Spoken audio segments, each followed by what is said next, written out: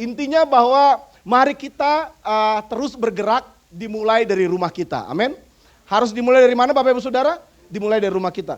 Dan satu hal mungkin yang saya tambahkan juga, misi kita tahun lalu yang ada di Tanah Tinggi, anak-anak yang termarginal itu tahun lalu kita bawa ke Kidsania.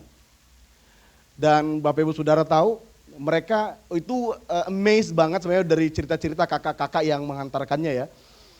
Itu waktu mereka ke Kidsania, itu ada yang pertama kali ke mall mungkin, ada yang masuk ke toilet, dia main-main airnya di toilet, bayangkan karena dia merasa air so dekat gitu ya.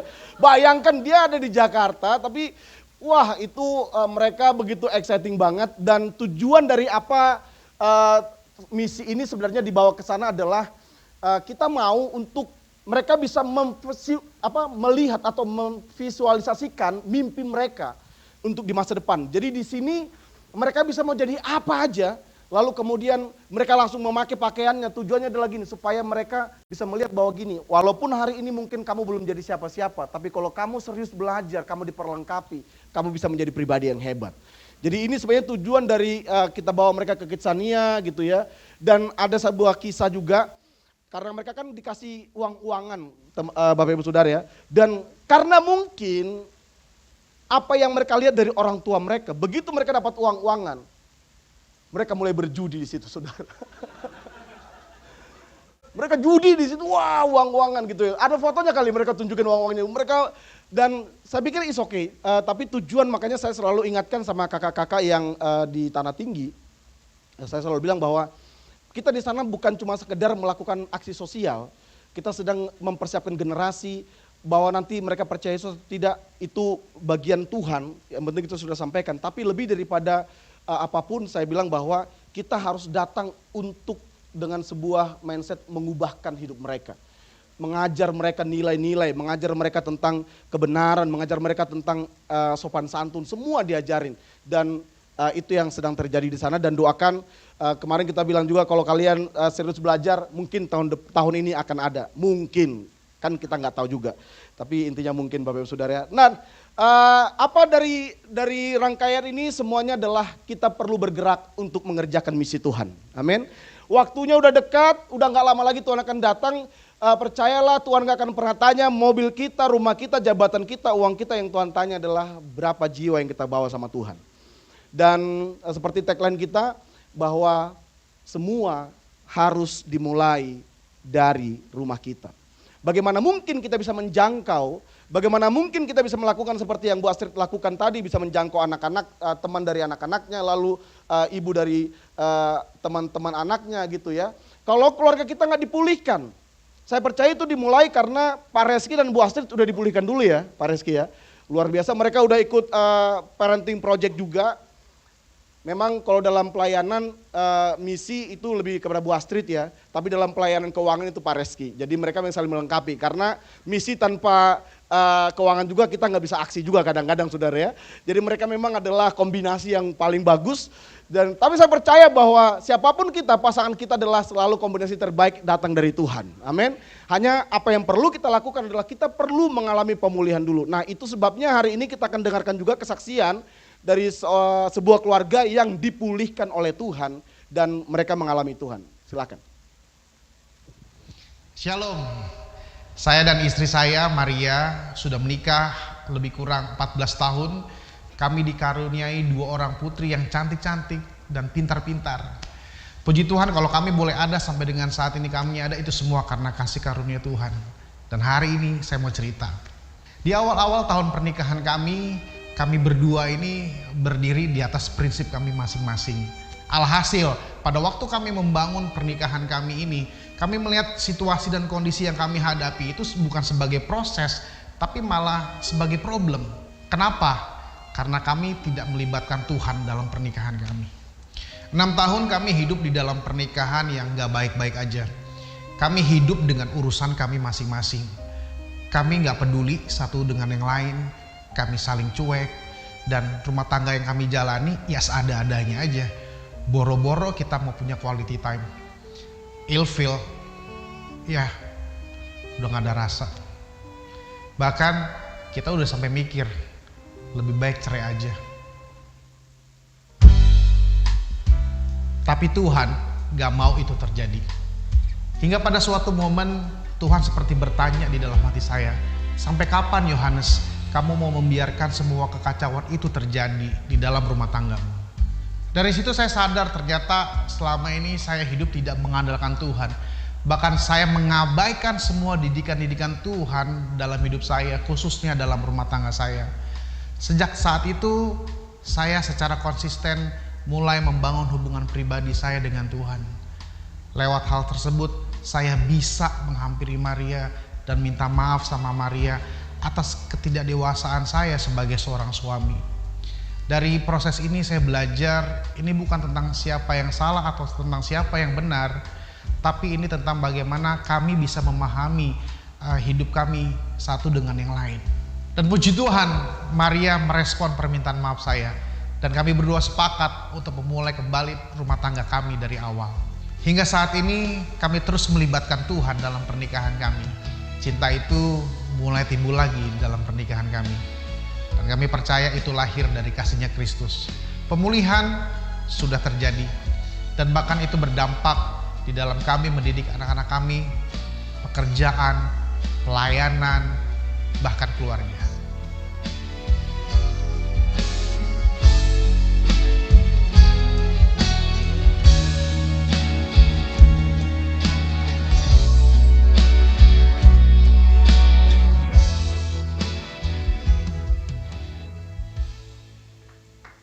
Oke, saudara diberkati dengan kesaksiannya, men, bahwa semua kita harus dipulihkan. Nah, iblis seringkali, cara iblis terbaik untuk kemudian menghentikan kita untuk melakukan kehendak Tuhan dalam mission in action atau home for harvest adalah dia merusak keluarga kita. Benar nggak Bapak Ibu Saudara? Kalau keluarga udah rusak, percayalah bagaimana mungkin kita bisa care sama orang lain, sama orang yang tidur bersama kita aja kita nggak care kok. Bagaimana mungkin kita bisa memikirkan keselamatan orang lain, sedangkan keselamatan yang ada di rumah kita setiap hari 24 jam bersama dengan kita nggak pernah peduli. Bagaimana mungkin? Makanya ini yang dilakukan oleh iblis. Kalau dia nggak bisa hentikan kita untuk mungkin, kalau saudara punya talenta, punya karunia apapun, Tuhan iblis nggak bisa menghentikannya untuk saudara mengeluarkan talenta saudara. Yang dia akan coba lakukan adalah dia serang yang paling dasar, yang paling foundational, yaitu namanya keluarga. Karena begitu kita bermasalah dalam keluarga, dalam pernikahan antara suami istri, orang tua dan anak, udah pasti gini, yang lain tinggal tunggu waktu itu pasti akan runtuh dengan sendirinya. Baik itu pelayanan, baik itu usaha, bisnis, semua pasti akan runtuh. Karena dasar dari semua adalah keluarga. Itu sebabnya hari ini Bapak Ibu Saudara saya ingin menyampaikan, menyodorkan sederhana saja dalam waktu 17 menit. 17 menit ya? Oke, 17 menit kita mainkan. Dalam waktu 17 menit ini bagaimana caranya supaya kemudian begini Bapak Ibu Saudara, supaya kita bisa membangun keluarga kita seperti apa yang Tuhan mau, kita bisa mengalami home for harvest, kita mulai di rumah kita dulu yang dipulihkan, kita jangkau keluarga besar kita dulu, suami kepada istri, orang tua kepada anak-anak, anak-anak kepada orang tua, dan kemudian kita bisa keluar menjadi terang bahwa gini, keluarga ini perlu dibangun yang namanya culture ataupun budaya. Saya percaya budaya itu akan punya kuasa untuk mengubahkan. Budaya sederhananya kan begini, kita melakukan tanpa berpikir lagi. Itu berarti udah jadi budaya. Benar ya Bapak Ibu Saudara ya? Kalau saudara udah punya budaya, pagi-pagi mandi lalu kemudian gosok gigi, saudara nggak perlu mikir, saya tadi jam berapa, pokoknya setiap kali bangun, mandi, masuk kamar mandi pasti akan gosok gigi. Kalau saudara masih mikir, nah dipertanyakan. Saya ngapain ya, apa ya segala macam, itu berarti belum jadi budaya. Nah ternyata bahwa begini, salah satu yang terbaik, yang terpenting, yang perlu kita bangun dalam hidup kita, dalam keluarga kita adalah membangun sebuah budaya. Budaya seperti apa yang kita perlu bangun, nah ini yang akan kita belajar, kita akan kembali kepada firman Tuhan. Sebenarnya keluarga itu pada awalnya, coba bilang sama-sama, keluarga pada awalnya.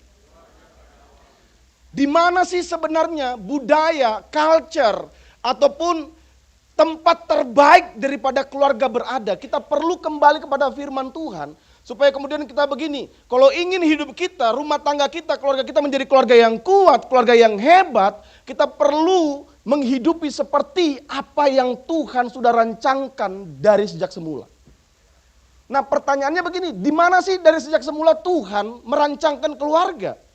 Ternyata di dalam Kejadian dikatakan, coba kita baca sama-sama, Kejadian 2:8-23, selanjutnya Tuhan Allah membuat taman di Eden di sebelah timur, disitulah ditempatkannya manusia yang dibentuknya itu. Pertama kali keluarga diciptakan, diberkati. Kalau saudara baca dalam Kejadian pasal yang pertama, itu manusia udah diberkati, pernikahannya diberkati. Itu dalam Kejadian pertama ayat 27-28.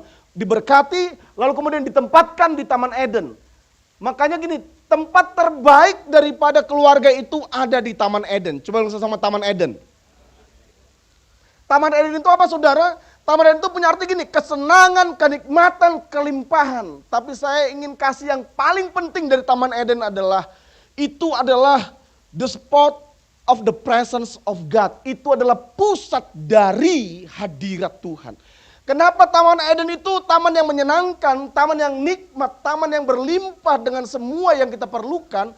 Karena memang Taman Eden itu adalah pusat dari hadirat Tuhan. Setiap kali Tuhan bicara kepada manusia, dia akan datang di Taman Eden ini. Taman Eden ini adalah tempat di mana gini, hadirat Tuhan berlimpah dinyatakan dengan begitu luar biasa. Harusnya begini, keluarga-keluarga kita harusnya ada di sini. Pertanyaannya, Pak, tapi saya mengalami Taman Eden. Jangan-jangan karena kita nggak ada Taman Eden. Memang cuma ada 2 pilihan Bapak Ibu Saudara. Nggak terlalu banyak pilihan dalam hidup kita. Rumah tangga kita apakah di Eden, yang senang, yang nikmat, yang limpah karena ada hadirat Tuhan. Atau kalau kita nggak di sini, pasti itu di Eden saudara. Coba pandang pasangan saudara. Pandang matanya, tatap dia, apakah saudara di Eden? Hah? Welcome home istriku, welcome home suamiku gitu ya. Seperti tadi yang disaksikan oleh saudara Yohanes Hidayat gitu ya. Bagaimana wah itu udah mungkin saling egois, udah gak saling memperhatikan lagi. Sampai kemudian tadi kata kuncinya adalah sampai dia datang lagi sama Tuhan. Terkonek lagi dengan hadirat Tuhan. Dia membangun hubungan lagi dengan Tuhan. Sehingga kemudian gini, ada kesadaran baru. Saya percaya kalau kita di Taman Eden, kita ada di hadirat Tuhan, pasti akan selalu gini. Selalu akan ada kesadaran yang baru yang akan Tuhan nyatakan buat kita bahwa gini, ini yang baik, ini yang harus, ini yang perlu, ini yang gak perlu. Amin saudara. Makanya keluarga harusnya tempat terbaiknya. Itu habitat keluarga untuk dia bisa produktif, bisa terus aktif, bisa terus bisa maju dalam kehidupan, itu harus ada di Taman Eden. Bukan di Taman Eden. Coba bilang sama pasangan saudara, kita harus di Taman Eden Pak, Mah, gitu ya. Halo? Yang ngomong jangan pasangan yang lain, saudara ngomong, lihat semua kita harus di Taman Eden, pastikan saudara ya. Pastikan. Kita makanya begini saya tulis bahwa taman inilah culture atau budaya keluarga pertama di bumi hidup. Culture dalam hadirat Tuhan. Pertanyaannya gini, apakah keluarga saudara ada dalam hadirat Tuhan? Dan kabar baiknya adalah pusat dari hadirat Tuhan itu adalah Yesus Kristus Tuhan kita. Bukankah Alkitab Kolose berkata gini, bahwa semua kepenuhan Allah berdiam di dalam Yesus. Dan Yesus yang menjadi pusat dari hadirat Allah itu, dia berdiam juga di dalam diri saya dan saudara. Berarti begini, di dalam setiap kita sebenarnya ada the presence of God. Amin. Kita perlu membangunnya. Kita perlu terus membangun kesadaran bahwa Tuhan sudah menyediakan. Kenapa di Taman Eden ini kesenangan, kenikmatan, kelimpahan? Karena memang di sana adalah pusat dari hadirat Tuhan. Kalau kita baca, saudara baca, bahwa di Eden itu telah Tuhan siapkan semua yang kita perlukan. Coba sama-sama di Eden Tuhan sudah siapkan semua yang kita perlukan. Makanya saya tulis bahwa penyediaan tak Tuhan di Eden. Apa yang Tuhan sediakan? Coba kita baca bersama-sama ayat ini Bapak Ibu Saudara. 2, 3. Lalu Tuhan Allah menumbuhkan berbagai-bagai pohon dari bumi yang menarik, yang baik untuk dimakan buahnya. Dan pohon kehidupan di tengah-tengah taman itu, serta pohon pengetahuan tentang yang baik dan yang jahat. Ada suatu sungai mengalir di Eden untuk membasahi taman itu. Dari situ sungai itu terbagi menjadi 4 cabang. Yang pertama namanya Pison yang mengalir mengelilingi seluruh tanah Hawilah, tempat emas ada. Dan emas dari negeri itu baik. Di sana ada damar bedolah dan batu krisopras. Dan saudara nanti ada 2 ayat lagi tentang 2 sungai yang kemudian. Apa yang kita pelajari dari sini bahwa kenapa Eden adalah habitat terbaik dari keluarga? Karena di Taman Eden Tuhan sudah siapkan semua yang kita butuhkan. Pohon-pohonan, saudara skip dulu tentang buah pohon pengetahuan dan juga pohon kehidupan. Itu nanti kita bahas di lain waktu. Tapi yang mau saya sampaikan adalah di Taman Eden ini semua sudah Tuhan siapkan. Pertanyaannya begini, menurut saudara adakah tempat selain Taman Eden pada waktu itu? Halo? Saudara pasti bertanya, Taman Eden masih ada nggak? Itu nanti kita bahas lagi, nanti doakan supaya Pastor Devi bikin podcastnya lah nanti ya. Itu di mana Taman Eden sekarang itu? Nggak perlu tanya yang nggak ada di Alkitab lah saudara ya. Apakah Taman Eden di bumi atau tidak? Di bumi udah pasti. Bahwa kita nggak tahu sekarang karena Alkitab berkata gini, setelah manusia diusir, ada malaikat yang menutup tempat itu sehingga tidak satu orang pun yang bisa masuk. Itu kata Alkitab. Jadi kalau saudara berpikir bahwa Eden itu ada di sorga, karena ingat manusia diciptakan di mana? Di bumi. Apakah manusia di bumi itu setelah jatuh atau sebelum kejatuhan? Nah, ada yang masih mikir sebelum atau sudah ya Pak ya? Kayaknya encounter belum dibahas nih gitu kan. Manusia itu diciptakan dari awal sebelum manusia jatuh dalam dosa itu diciptakan di bumi ini. Bumi adalah tempat terbaik manusia. Bumi ini adalah tempat yang Tuhan sediakan untuk kita bisa mengembangkan gaya hidup sorga di bumi. Jadi kalau saudara bertanya apakah Taman Eden itu ada di bumi atau di sorga? Ada di bumi. Tapi kenapa kita nggak bisa menemukan sekarang? Karena Alkitab jelas mencatat ada malaikat yang menjaga tempat itu sehingga tidak ada satu orang pun yang masuk lagi ke dalamnya. Tapi apa yang perlu kita pelajari bahwa begini, di Taman Eden ini Tuhan sediakan semuanya. Sebelum manusia jatuh dalam dosa, semua yang diperlukan, kebutuhan mau makan, bahkan saya mau kasih tahu kepada saudara bahwa semua yang termahal dan terbaik yang dunia bisa tawarkan dan berikan kepada saudara, Tuhan sudah sediakan di Eden. Amin. Saudara bangga nggak sih saudara? Cuma sayangnya begini, iblis coba untuk mengubah pola pikir kita. Iblis coba melakukan bahwa begini, kita perlu keluar Taman Eden untuk bisa memenuhi apa yang di Eden. Percayalah bahwa di luar Taman Eden masih ada tempat yang lain. Tapi cuma di Eden tempat yang terbaik, tempat yang menyenangkan. Karena ada hadirat Tuhan di sana dinyatakan. Di tempat lain, apakah manusia bisa mengalami seperti apa yang Tuhan sediakan di Taman Eden? Saya nggak percaya bahwa gini, di luar Taman Eden ini pasti akan perlu diusahakan dengan susah payah. Tapi di Eden Tuhan sediakan dengan cuma-cuma. Siapa yang menyediakan? Tuhan yang menyediakan. Apakah ini usaha manusia? Tidak ada usaha manusia. Tuhan berkata bahwa Tuhanlah yang menyediakan semuanya. Apa yang mereka perlu makan, sungai untuk mereka minum, emas untuk mereka punya. Yang terbaik kata Alkitab. Ini bukan cuma emas-emasan. Ini bukan emas KW atau emas Herbert atau emas lain. Ini emas murni yang terbaik kata Alkitab. Tuhan sudah taruh di Eden. Amin Bapak Ibu Saudara. Berarti sebenarnya kalau keluarga kita taruh di Eden, di hadirat Tuhan, sebenarnya gini, semua yang kita perlukan, semua yang terbaik yang dunia bisa tawarkan, saudara pasti bisa raih sebenarnya dalam kehidupan saudara. Cuma kan berapa banyak kita tergoda bahwa kita pikir gini, untuk kita dapatkan yang termahal, yang terbaik, itu hanya ada di luar Tuhan, ada di luar penyediaan Tuhan. Kita coba usahakan semuanya, padahal Tuhan sudah sediakan sebelum Adam dan Hawa meminta dari semua kekayaan yang Tuhan siapkan. Saya berdoa supaya Bapak Ibu Saudara, hari ini coba kita cek keluarga kita, rumah tangga kita. Kita ada di Eden enggak? Selama ini jangan-jangan kita jadi lelah seperti tadi kesaksian dari Bro Yohanes Hidayat.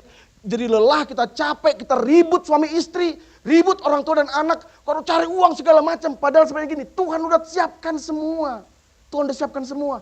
Tidak di luar, tidak jauh, ada di Taman Eden. Makanya perintah Tuhan kepada manusia, misi kita, apa sih misi kita? Tugas kita, tugas manusia waktu diciptakan, Tuhan kasih tugas sama manusia gini, Tuhan Allah mengambil manusia itu dan menempatkannya dalam Taman Eden untuk, apa saudara kita baca? Mengusahakan dan memelihara taman itu. Apakah mengusahakan dari yang tidak ada menjadi ada? Tidak, sudah ada. Kata mengusahakan kalau saudara baca itu kata abad. Abad itu, dari kata abad ini kita akan menemukan kata abodah. Dari abodah ini akan muncul sebuah kata ibadah. Ibadah itu makanya gini, pekerjaan kita itu, ibadah itu bisa jadi pekerjaan, bisa menjadi apa saja, itu menjadi ibadah kita di hadapan Tuhan. Tapi apa yang ingin saya sampaikan hari ini adalah lebih kepada ada satu kata yang keluar dari kata abad ini, dari word, dari bahasa Inggris, dan kemudian dari itu kata muncul cultivate. Cultivate itu artinya apa? Membajak. Itu seperti kita mencangkul, kita mengeluarkan yang terbaik dari apa yang Tuhan sudah taruh di dalam diri kita. Di dalam taman itu Tuhan siapkan semua emas yang terbaik, semua yang diperlukan oleh manusia sudah disiapkan di situ, maka tugas manusia adalah mengusahakan, membajak, mengeluarkan semua yang terbaik yang Tuhan taruh di taman itu. Dan salah satu yang Tuhan taruh di taman adalah keluarga kita. Berarti tugas terbesar kita sebenarnya adalah begini. Suami, tugasmu adalah mengeluarkan yang terbaik dari istrimu. Amin. Gak ada amin nih bapak-bapak nih. Ibu-ibu, tugas saudara adalah sebagai istri mengeluarkan yang terbaik dari suamimu. Orang tua mengeluarkan yang terbaik dari anak-anaknya. Sebenarnya kalau prinsip ini dihidupi, saya percaya bahwa begini, semua yang Tuhan taruh di dalam diri kita, kalau kita bisa gali, kita bisa bajak, kita bisa keluarkan, itu jauh lebih mahal bernilai daripada apapun yang di luar saudara. Amin Bapak Ibu Saudara. Karakter itu di dalam atau di luar? Pernah gak kita sungguh-sungguh serius membajak, kita menggali, cultivate apa yang Tuhan taruh dalam diri kita? Apa yang Tuhan taruh dalam pasangan kita? Apa yang Tuhan udah persiapkan buat anak-anak saudara? Atau kita cuma sibuk, kita lihat yang lain, oh ini kayaknya lagi booming, kita coba lakukan, ini lagi kita cuma ikut-ikutan tanpa menyadari bahwa gini, Tuhan sudah menaruh yang terbaik dalam rumah tangga kita, dalam keluarga, dalam pasangan kita, dalam diri kita. Tuhan sudah taruh yang terbaik, tugas kita adalah mengusahakan, mengcultivate keluar. Supaya kemudian itu menjadi sesuatu yang bernilai mahal harganya. Pernah enggak kita merenung apa yang Tuhan masih mau inginkan dalam hidup saya? Sampai hari ini jujur, saya sama istri saya kita tetap berusaha sedang cultivate apa yang Tuhan mau. Hari ini kita sedang cultivate, kalau kita ada di MCC Sleepy, hari ini kita sedang cultivate apa yang terbaik dari MCC Sleepy, dari jemaat, dari pengurus, kita coba mengeluarkan, menggali semuanya. Dan apa yang saudara lihat adalah salah satunya, kalau Bu Astrid bisa bersaksi, saya percaya itu adalah bagian dari cultivate, dari apa yang ada dalam jemaat ini. Saya percaya kalau dari setiap kita mulai mengcultivate karunia, mungkin talenta, apa yang Tuhan taruh dalam diri kita, itu bisa bernilai kekal Bapak Ibu Saudara. Itu bisa kita keluarkan dan pada waktunya itu lebih mahal daripada uang yang mungkin kita dapatkan di luar sana. Kelemah lembutan, kerendahan hati, itu nggak bisa didapatkan di luar, itu nggak bisa dipelajarin di luar, di sekolah manapun, itu perlu dicultivate dari dalam kita. Karena Yesus berkata gini, belajarlah daripada aku ini lemah lembut dan rendah hati. Dan Yesus berdiam dalam diri kita untuk mengeluarkan kerendahan hati dan kelemah lembutan, kita perlu cultivate. Kita perlu datang dalam diri kita, merenungkan, kita kembali menghidupinya, kita mulai terus menerus untuk kita berada dalam hadirat Tuhan, biarkan hadirat Tuhan yang mengeluarkan semua yang terbaik dalam diri kita. Alkitab makanya berkata gini, manusia itu diberikan tugas untuk dia mengusahakan, dia menggali, dia membajak. Pertanyaannya, kalau saudara merasa tidak di Taman Eden hari ini, jangan-jangan karena kita gagal untuk mengcultivate apa yang sudah Tuhan kasih dalam diri kita. Kita coba untuk memenuhi, kita coba cari di luar untuk memenuhi apa yang di dalam Taman Eden. Padahal harusnya gini, hanya perlu untuk inside out. Tapi kan dunia sedang terus menawarkan kepada kita, yang di luar lebih baik daripada yang di dalam. Yang di dalam jauh lebih berharga dan bernilai daripada yang di luar, percayalah. Coba kita cultivate. Coba kita terus, istri saya selalu bilang bahwa kamu perlu mencari, saya nggak mau kamu nanti mati hanya dikenal sebagai istri Herbert Saragi, pendeta, gembala, saya nggak mau. Saya bilang kamu perlu menemukan bahwa Tuhan juga menaruh karunia, talenta dalam diri kamu perlu kembangkan itu. Suatu kali nanti bahwa kamu akan tetap menjadi istri saya, yes, tapi juga kamu harus dikenal juga dengan karunia, harta terpendam. Alkitab berkatakan ada harta terpendam yang perlu kita temukan. Itu perlu dikeluarkan supaya nanti bahwa gini, kamu juga dikenal sebagai seorang yang mengeluarkan harta terpendam dari Tuhan. Bukan hanya sebagai istri Herbert Saragi juga, which is itu good.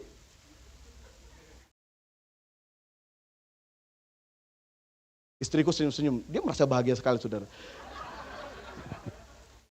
Tapi kan harusnya seperti itu kan Bapak Ibu Saudara. Kalau saudara merasa begini, pasanganmu tidak mengeluarkan talentanya dan dia cuma, Bu Astrid siapa yang tahu kalau dia punya karunia untuk bisa menjangkau anak-anak, bisa menjangkau ibu dari anak teman-temannya gitu ya. Saya percaya itu semua karena dia mulai mengembangkan. Dan kalau Pak Reski bilang, jangan ya mah, jangan. Pasti enggak juga, tapi puji Tuhan Pak Reski adalah suami yang begitu lemah lembut. Karena ada Kristus dalam dirinya. Dia dorong Bu Astrid, kita berikan tepuk tangan dulu Bapak. Dia dorong, gak apa-apa, agak telat-telat pulang ke rumah siapin makan, gak apa-apa lah, yang penting dilayani aja mah gitu. Luar biasa Pak Reski ini ya.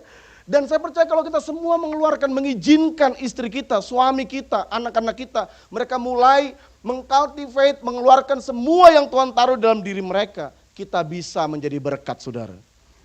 Bukan cuma sekedar diberkati udah pasti, tapi lebih kepada gini, kita bisa menjadi berkat waktu kita bisa menggali semua potensi yang Tuhan taruh di dalam diri kita, di dalam keluarga kita, di dalam diri anak-anak kita. Jadi tugas manusia itu apa? Mengusahakan, mengcultivate, mengeluarkan, katanya mengeluarkan yang terbaik dari tanah yang Tuhan percayakan.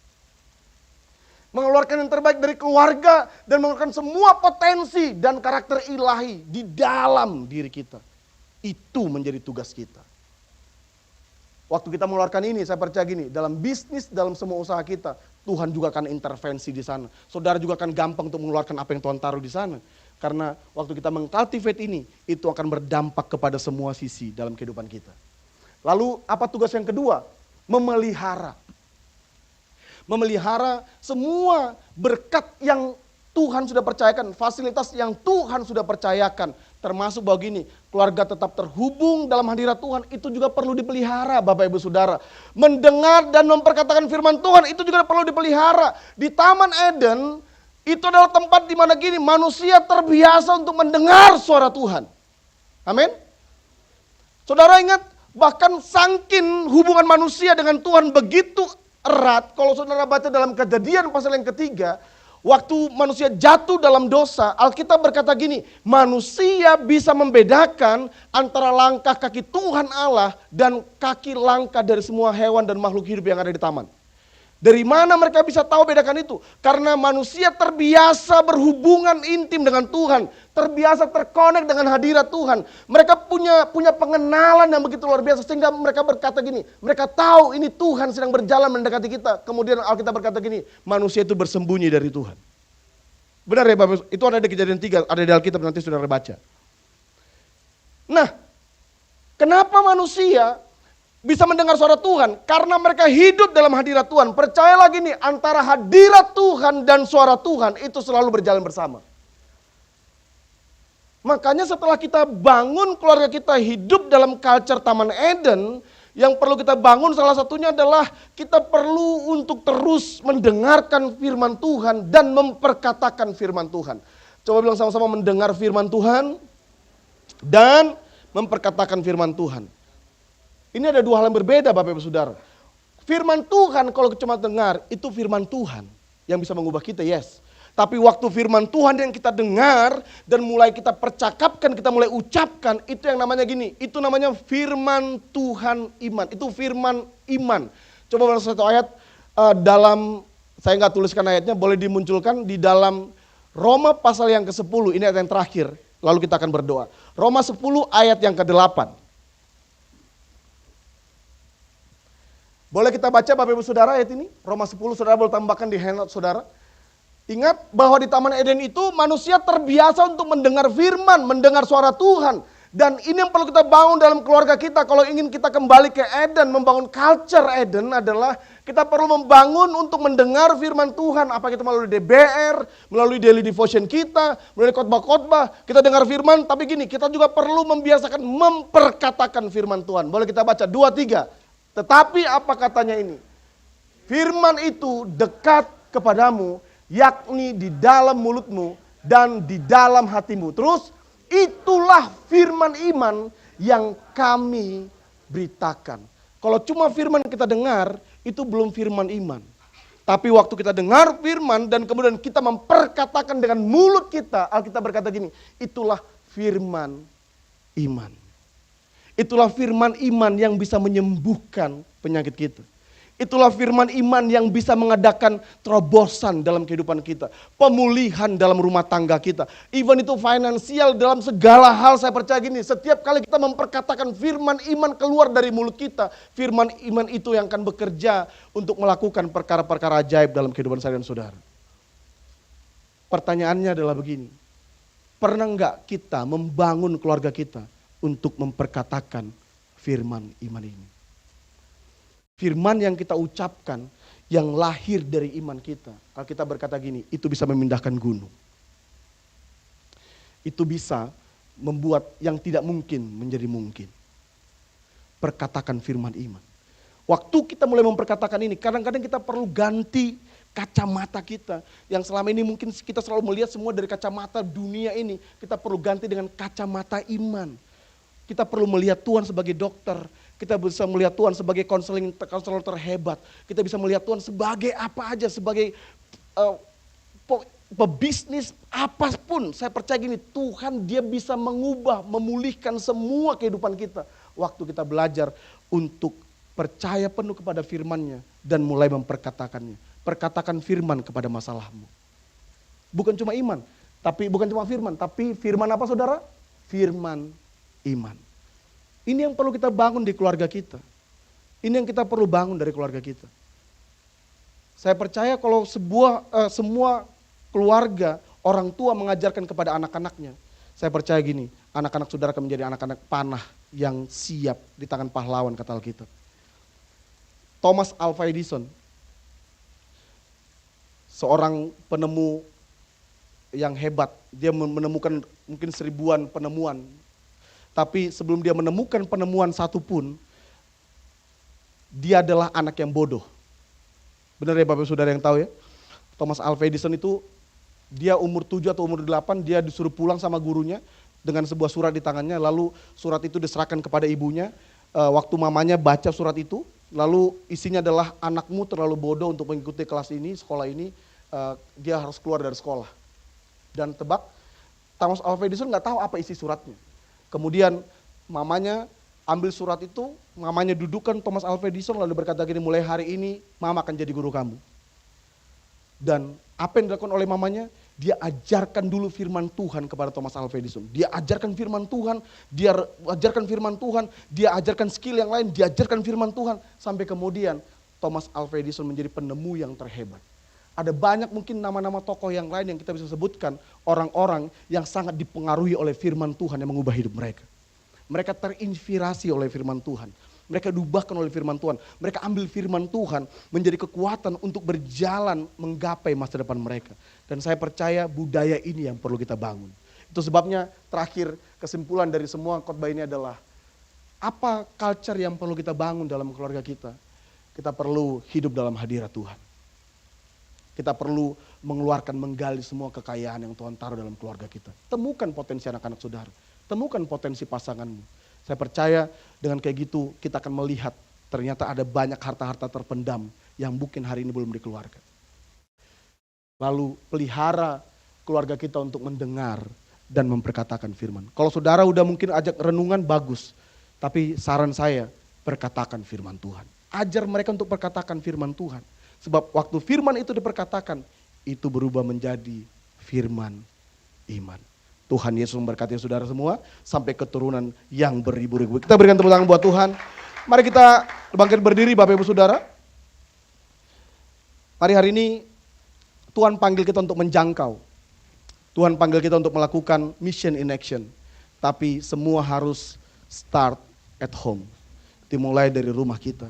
Dan kalau kita ingin melihat keluarga kita, rumah tangga kita dipulihkan, diberkati Tuhan, mulailah membangun culture ilahi dalam keluarga kita. Hadirat Tuhan. Kita perlu membangun, terbiasa untuk menggali, bukan yang di luar, tapi apa yang di dalam kita. Dan kemudian saudara mendengar dan memperkatakan firman Tuhan.